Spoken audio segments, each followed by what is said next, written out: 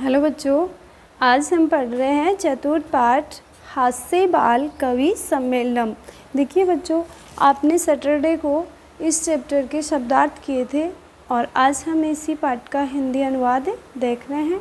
तो देखिए, हास्य बाल कवि सम्मेलनम अर्थात हास्य बाल कवि सम्मेलन, जो मतलब छोटे जो बालक कवि है, छोटे छोटे बच्चे हैं, वो एक कविता के माध्यम से हास्य काव्य का सम्मेलन कर रहे हैं। उसमें प्रतियोगिताएं चल रही है, उस सम्मेलन में गा रहे हैं हास्य कवि। तो क्या गाते हैं, तो देखिए सबसे पहले हम देखते हैं कि इस चैप्टर में क्या आता है। तो जो ये चैप्टर है हास्य बाल कवि सम्मेलन, इसमें बालक कवि यानी छोटे बच्चों के द्वारा बहुत ही सुंदर प्रस्तुतिकरण दिया गया है। बहुत सुंदर है, एक नाटक किया गया है और हास्य कविताओं का संयोजन और अव्यय प्रयोग का समझाया गया है। तो इसका जो प्रथम श्लोक आएगा उसमें कवि ने गजाधर वैद्य यानी कि एक चिकित्सक के बारे में किया है कि एक चिकित्सक को यमराज के सगे भाई की संज्ञा दी गई है। क्यों? क्योंकि इसमें बताया गया है कि यमराज तो केवल मनुष्य के प्राणों का ही हरण करता है, परंतु जो वैद्य होता है अर्थात चिकित्सक होता है, वह तो मनुष्य के प्राणों को भी हरण कर लेता है और उसकी जो धन संपत्ति है उसे भी हरण कर लेता है। किस प्रकार से, देखिए जैसे मनुष्य बीमार हो जाता है, रोगी हो जाता है, तो वह उपचार के लिए किसी वैद्य या डॉक्टर के पास जाता है, तो वह क्या करते हैं कि उससे धन राशि भी लेता है और अंत में उसका ये भी नहीं पता कि वह जीवित हो या नहीं। तो जिसके प्राण निकल जाते हैं तो उसकी धन राशि भी ले लेते हैं और उसके प्राण भी चले जाते हैं। तो इस प्रकार के जो वैद्य है, डॉक्टर है, उस पे एक हास्य काव्य की रचना की गई है। तो देखिए, यही एक नाटक के रूप में लिखा गया है। तो आज हम इसके पहले श्लोक के बारे में ही पढ़ेंगे। तो देखिए, विविध वेशभूषाधारिणः चत्वारः बाल कवयः मंचस्य उपरि उपविष्टाः सन्ति। विविध अर्थात विभिन्न प्रकार की वेशभूषाओं को धारण किए हुए चत्वारः चार बालक कवयः बालक कवि था, छोटे छोटे बालक थे, उन्होंने ही काव्य लिखा है। मंचस्य ऊपरी, मंचस्य है मंच के ऊपर, जो मंच होता है जिसके ऊपर बैठ कर के या खड़े होकर के गान किया जाता है। जिस प्रकार से हमारे विद्यालय में स्वतंत्रता दिवस और गणतंत्र दिवस मनाया जाता है, तब एक मंच तैयार करते हैं जिसके ऊपर बालकों के द्वारा प्रस्तुति दी जाती है, तो वह होता है मंच। तो इस प्रकार के मंच के ऊपर उपविष्टाः बैठे हुए सन्ति हैं। विभिन्न प्रकार की वेशभूषाओं को धारण किए हुए, यानी भिन्न भिन्न प्रकार के रंगों वाली वेशभूषा को धारण करके चार बालक कवि मंच के ऊपर उपविष्टा बैठे हुए हैं। अधः, अधः का अर्थ होता है नीचे। श्रोतारः, श्रोतारः मतलब सुनने वाले, नीचे सुनने वाले। हास्य कविता श्रवणाय, नीचे सुनने वाले हास्य कविता श्रवणाय, सुनने के लिए। श्रोता है वो है हास्य कविता को सुनने के लिए उत्सुकाः सन्ति कोलाहलं च कुर्वन्ति, उत्सुक हैं और कोलाहलं कुर्वन्ति मतलब बहुत ज़्यादा शोर कर रहे हैं। कोलाहलम शोर करना, और बहुत ज़्यादा शोर कर रहे हैं। यदि कोई भी आता है, कोई जैसे जिस प्रकार से रामलीला होती है, कृष्ण लीला होती है, तो उसे देखने जाते हैं और जब वो शुरू नहीं होती है तो जो दर्शक होते हैं वो शोर करने लग जाते हैं कि कब दिखाएंगे कब दिखाएंगे।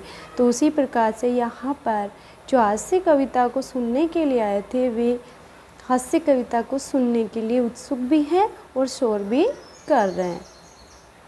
तो देखिए, संचालक, संचालक कौन होता है? जो संचालन करने वाला होता है, उनको सबको उपदेश देने वाला होता है, व्यवस्था करने वाला होता है, वह होता है संचालक। तो ये संचालक कहता है अलम कोलाहलेन। अलम मतलब नकारात्मकता के लिए होता है कि मत करो, ये नहीं करना है। कोलाहलेन, कोलाहल अर्थात शोर मत करो।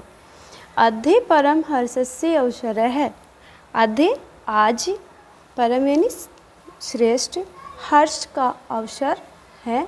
यत् की अस्मिन् कवि सम्मेलने काव्यहंतारे। इसने क्या कहा कि आप शोर मत कीजिए, आज हमारे लिए बहुत ही परम हर्ष का अवसर है या समय है कि अस्मिन् कवि सम्मेलने, इस कवि सम्मेलन में, काव्यहंतारे अर्थात काव्य का हरण करने वाले या काव्य को मारने वाले। कालियापकाश्च भारतस्य हास्य कवि धुरंधराः समागताः सन्ति। कालियापकाश्च मतलब समय, काल क्या होता है? समय।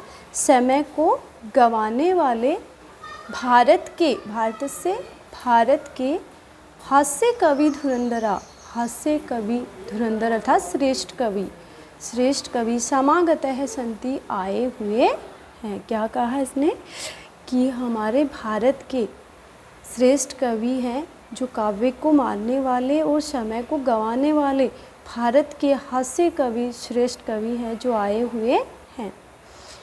एहि करतल ध्वनि न वयम एते स्वागतम कुर्मः।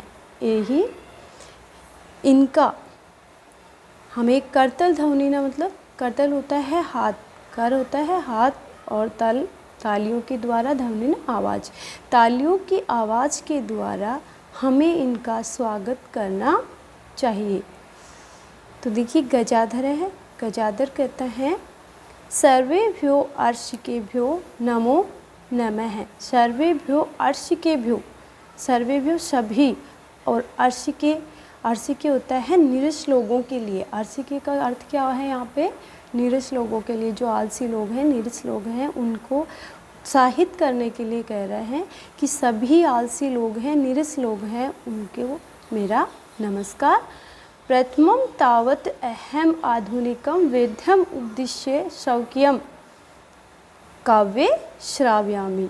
कि प्रथमं तावत् अहम आधुनिके वेद्यम, कि सबसे पहले मैं आधुनिक जो वैद्य हैं, चिकित्सक है, उनके उपदेश के बारे में अपने काव्य को सुनाता हूँ कि आधुनिक जो वैद्य हैं वो किस प्रकार के हैं। तो उन्हीं के ऊपर मैंने जो काव्य बनाया है मेरा, उस काव्य को मैं सुनाता हूँ। तो देखिए कौन सा काव्य है वो? वैद्यराजे नमस्तुभ्यम यमराज सहोदरा, यमस्तु हरति प्राणान वैद्य प्राणान धनानि च। क्या बताया इस काव्य में? वैद्यराज, अरे वैद्यराज, नमस्तुभ्यम यमराज सहोदर, कि ये यमराज के सगे भाई, सहोदर मतलब होता है सगे भाई, हे यमराज के सगे भाई तुम्हें मेरा नमस्कार। हे वेदराज, यमराज के सगे भाई तुम्हें मेरा नमस्कार। यमस्तु हरति प्राणान, यमस्तु मतलब यमराज, यमराज और तो यमराज तो मनुष्य के केवल प्राणों का ही हरण करता है। वैद्य प्राणान धनानि च, लेकिन जो वैद्य है अर्थात चिकित्सक है, आधुनिक चिकित्सक, वो क्या करते हैं? मनुष्य के प्राणों को और धन को, दोनों का ही हरण करते हैं। तो ये काव्य कवि, बाल कवि ने लिखा है कि हे वैद्यराज, यमराज के सगे भाई, मैं सबसे पहले तुम्हें नमस्कार करता हूँ कि यमराज तो केवल मनुष्य के प्राणों का हरण करता है, परंतु जो आधुनिक वैद्य है या चिकित्सक है, वे मनुष्य के प्राण और धन दोनों को हरण कर लेता है। और सर्वे उच्चै हसन्ति, जब इस प्रकार का जो काव्य कवियों के द्वारा सुनाया जाता है तो सभी ऊंचे स्वर में हंसते, यानी बहुत ज़ोर से हंसने लग जाते हैं। तो देखिए बच्चों, जितना आज आपको पढ़ाया है उसी को आपको राइट एंड लर्न करना है। बाकी नेक्स्ट डे करवाएंगे। आज के लिए इतना ही काफ़ी है। Okay, thank you.